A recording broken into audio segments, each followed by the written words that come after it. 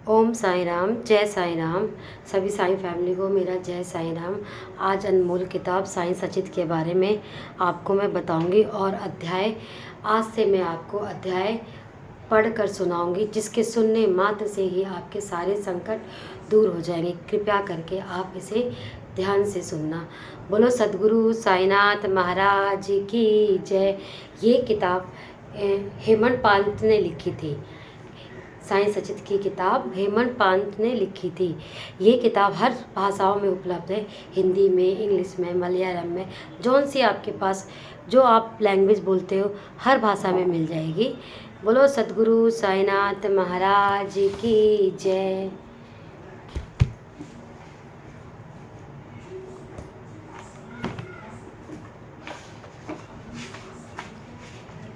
इस अध्याय में साई सचित का पहला अध्याय मैं आपके सामने पढ़ने जा रही हूँ। प्लीज़ आप ध्यान से सुनना, जिसके सुनने मात्र से ही आपके हर संकट दूर हो जाएंगे। इसमें 51 अध्याय होते हैं। आपको मैं रोज़ एक एक अध्याय पढ़ के सुनाऊँगी, जिसके आपके सारे कष्ट मुसीबतें दूर हो जाएंगी, हर मनोकामना पूर्ण हो जाएंगी। हाँ, मनोकामना वही पूर्ण होगी जो किसी का आप बुरा चाहते हो कि हाँ भाई ये बुरा हो जाए, ये मर जाए, ये इसका बुरा हो जाए, इसने मेरा मेरा बुरा किया, इसका भी बुरा, वो मनोकामना नहीं। जो आप चाहते हो दिल से, आत्मा से, अच्छा चाहते हो, भलाई चाहते हो, अच्छा चाहते हो, तो आपकी मनोकामना जरूर पूर्ण होगी। बोलो सद्गुरु साईनाथ महाराज की जय। अध्याय शुरू करने से पहले मैं बाबा को नमन करना चाहती हूँ। बोलो सद्गुरु साईनाथ महाराज की जय। श्री साई सचित अध्याय 1। इस अध्याय में बाबा गेहूं पीसने वाला एक अद्भुत कथा तथा उसका तात्पर्य आपको समझाएंगे, बताएंगे। श्री हेमंत पांत जिसने ये किताब लिखी, श्री हेमंत पांत श्री साई सचित का आरंभ वंदना द्वारा करते हैं। जिन्होंने ये किताब लिखी थी वो कहते हैं, सबसे पहले मैं साई सचित लिखने से पहले साई वंदना से शुरुआत करती हूँ। प्रथम श्री गणेश से साष्टांग नमन करते हैं, जो कार्य को निर्विघ्न समाप्त कर उसको यशस्वी बनाते हैं, और कहते हैं श्री साई ही गणपति के समान हैं। फिर भगवती सरस्वती जिन्होंने काव्य रचने की प्रेरणा दी, जो कि स्वयं श्री साईं बाबा ही हैं। वे ही माँ सरस्वती हैं के समान है। फिर ब्रह्मा विष्णु महेश को नमन करते हैं, जो साईं बाबा स्वयं ही त्रिदेव हैं और गुरु बनकर भवसागर से उतार देते हैं, और अपने कुल के देवताओं को नमन करते हैं, और अपने माता पिता और ऋषि मुनियों को नमन करते हैं, और चाचा चाची जिन्होंने हेमंत पांत जी का भरण पोषण किया था, क्योंकि बचपन में ही इनकी माँ और बाप दोनों ही स्वर्ग लोक सुधार गए थे। इस कारण इनके चाचा चाची ने इनको पाला था और इनका भरण पोषण उन्होंने किया था, जिससे वो नमन करते हैं।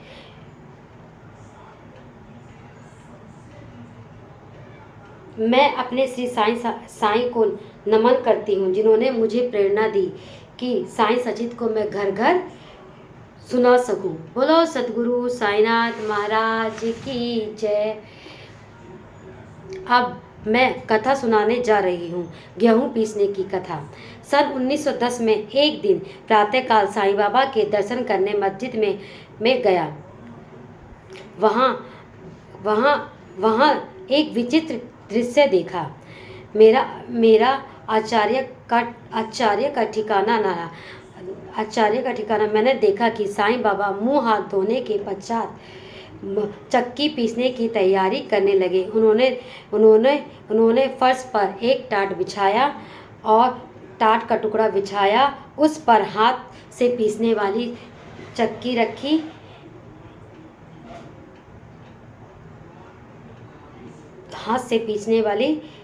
रखी। कुछ उन्होंने कुछ गेहूं डालकर पीसना आरंभ कर दिया। मैं सोचने लगा कि बाबा के चक्की पीसने का क्या लाभ है। हेमनपात सोचने लगे कि बाबा की चक्की पीसने का ये क्या लाभ है। उनके पास तो कोई भी नहीं था और वे अपना निर्वाह भिक्षावृत्ति से करते थे, क्योंकि बाबा अकेले रहते थे। अकेले वो खुद ही भिक्षा से अपना निर्वाह करते थे। ना कोई स्त्री थी, ना कोई उनका घर बार था। वे द्वारका माई में ही रहते थे। इस घटना के समय वहां उपस्थित अन्य व्यक्ति की भी ऐसी धारणा थी, परंतु उनसे पूछने का साहस किसी को नहीं था जो बाबा चक्की पीसने का कार्य कर रहे थे। लेकिन वहाँ पे जितनी भी जनता थी, जितने भी व्यक्ति थे, वहाँ पे किसी को भी बाबा से पूछने का साहस बिल्कुल नहीं था।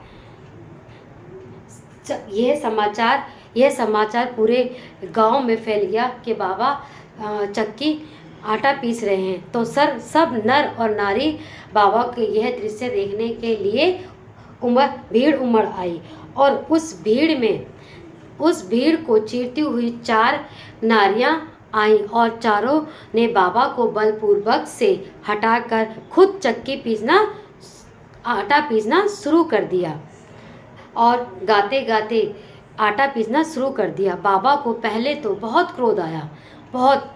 फिर बाद में उनकी भक्ति भाव देखकर मुस्कुराने लगे और वो 4 स्त्रियां गाते गाते आटा पीसने लगी और पीसते पीसते सोचने लगी कि बाबा के ना स्त्री है, ना कोई बच्चे हैं, बाल बच्चे हैं, और यह आटा हम चारों में वितरण कर देंगे।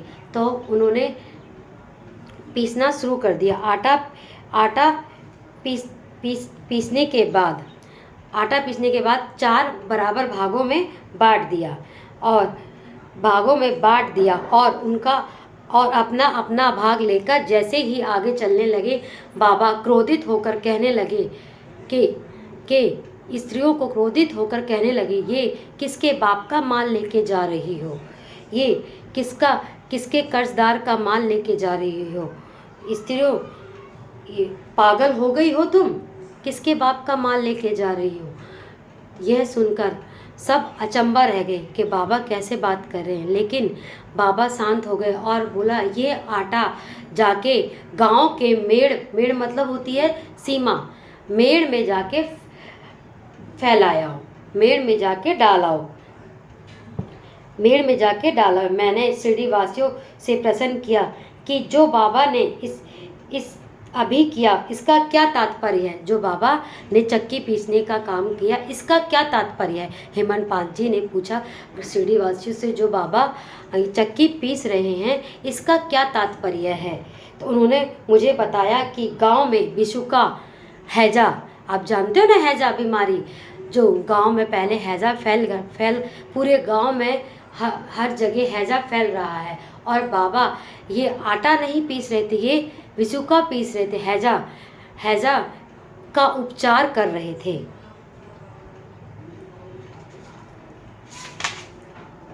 अभी जो कुछ आपने पीसते देखा वह गेहूं नहीं, विषु का मतलब हैजा थी, जो पीस कर नष्ट कर दी बाबा ने। हमने जो अभी आपको बताया था ना, बाबा आटा पीस रहे थे, लेकिन वो बाबा आटा नहीं पीस रहे थे। बाबा तो उस बीमारी को, उस हैजा को पीस कर नष्ट कर रहे थे। यह जानकर मेरी खुशी का पारवार ठिकाना न रहा और स्वयं से प्रश्न करने लगा कि आटे और विषु का रोग का भौतिक तथा पारस्परिक क्या संबंध है। इस लीला पर चिंतन करते हुए मेरा हृदय प्रफुल्लित हो उठा। इस प्रकार बाबा का जीवन लिखने के लिए मुझे प्रेरणा मिली। बाबा हेमनपाल ने जो साईं सचित बाबा का चरित्र लिखने का इस कारण उन्हें कहा कि मैं बाबा का चरित्र लिखने की मुझे प्रेरणा मिली। शिरडी वासियों ने इस आटे पीसने की घटना का जो अर्थ लगाया वह तो प्राय ठीक ही है, परंतु उसके अतिरिक्त मेरे विचार से कोई अन्य अर्थ भी नहीं है। बाबा शिरडी में 60 वर्षों तक रहे और कई वर्षों तक उन्होंने चक्की पीसने का कार्य भी प्रातः करते थे, प्रतिदिन किया करते थे। पीसने का अभिप्राय गेहूं से नहीं, अपने भक्तों के पापों, दुर्भाग्यों और मानसिक तथा शारीरिक तापों से। बाबा कहते हैं चक्की पीसने का मतलब बाबा का गेहूं पीसने से नहीं, बल्कि अपने भक्तों के तापों, दुर्भाग्य, मानसिक तथा अपने भक्तों के पापों से है।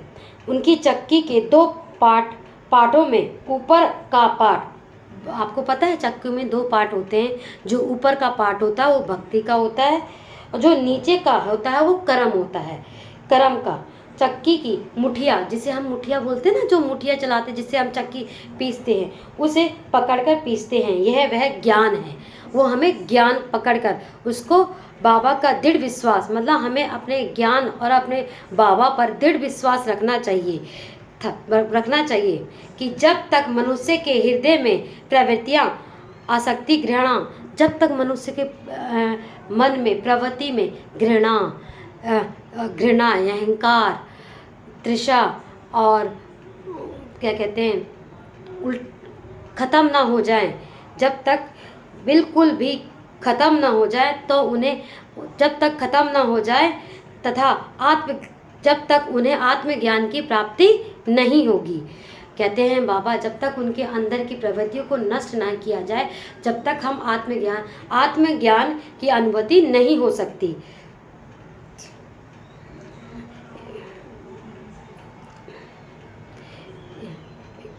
इस घटना से कबीरदास जी की एक घटना की स्मृति दिलाती है। कबीरदास जी एक स्त्री को अनाज पीसते देखकर अपने गुरु निपट निरंजन से कहने लगे कि मैं इसलिए रुदन कर रहा हूँ। मतलब जो कबीरदास कह रहे हैं अपने गुरु से कि मैं इसलिए रुदन, मतलब मैं इसलिए रो रहा हूँ कि जिस प्रकार चक्की अनाज में पीसा जाता है, उसी प्रकार मैं भी भवसागर रूपी चक्की में पिस जाने की यातना का अनुभव कर रहा हूँ। भवसागर में जो हमारे दुख, संकट, मुसीबत, पापों से जैसे गेहूँ पिसते हैं ना, चक्की में अनाज पिसता है, वैसे ही मैं भी उस यातना से पिस रहा हूँ, अनुभव कर रहा हूँ। उसके लिए अनुभव कर रहा हूँ। उसके लिए गुरु ने उत्तर दिया, घबराओ मत, चक्की के केंद्र में जो ज्ञान रूपी दंड है उसी को दृढ़ता से पकड़े रहो। बाबा कहते हैं जो चक्की के ज्ञान रूपी दंड में उसी को दृढ़ता से पकड़ लो। जिस प्रकार तुम मुझे करते देख रहे हो ना, जैसे बाबा चक्की को पीसते ना, जो मुठिया पकड़ते हैं ज्ञान रूपी, उसको पकड़ के देखते हो ना, पीसते देखते हो, उसको दृढ़ता से पकड़ के रहो। जिस प्रकार तुम मुझे देख रहे हो, उससे दूर मत जाओ, बस केंद्र की ओर अग्रसर होते जाओ। बाबा कहते हैं उससे दूर मत भागो, उससे दूर मत भागो, बस केंद्र की ओर अग्रसर होते जाओ। और तब यह निश्चित है कि तुम इस भवसागर रूपी चक्की से अवश्य ही पार हो जाओगे। बोलो सद्गुरु साईनाथ महाराज जी की जय। मेरे से अगर बाबा कोई त्रुटि हो गई हो तो माफ़ कर देना। बोलो सद्गुरु साईनाथ महाराज जी की जय। यह पाठ सुनने के मात्र से ही आपके सारे संकट दूर हो जाएंगे। बोलो सद्गुरु साईनाथ महाराज की जय।